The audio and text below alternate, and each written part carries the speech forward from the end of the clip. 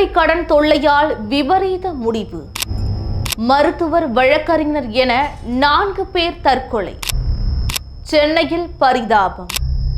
சென்னை திருமங்கலம் பகுதியை சேர்ந்தவர்கள் பாலமுருகன், சுமதி தம்பதியினர். இவர்களுக்கு ஜஷ்வந்த் குமார் மற்றும் லிங்கேஷ் குமார் என 2 மகன்கள் உள்ளனர். பாலமுருகன் அப்பகுதியில் உள்ள தனியார் மருத்துவமனையில் மருத்துவராகவும், இவருடைய மனைவி சுமதி உயர்நீதிமன்றத்தில் வழக்கறிஞராகவும் பணிபுரிந்து வந்துள்ளனர்.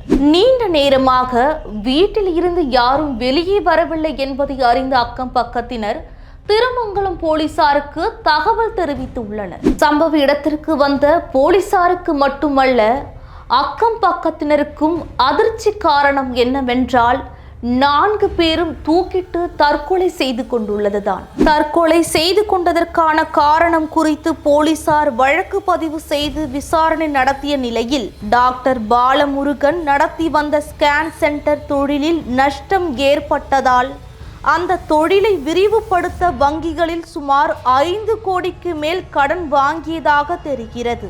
பாலமுருகன் குடும்பத்திற்கு ரூபாய் 5 கோடி கடன் இருப்பதாகவும், இதனால் மன உளைச்சலில் தற்கொலை செய்து கொண்டிருக்கலாம் எனவும் தெரிய வந்துள்ளது.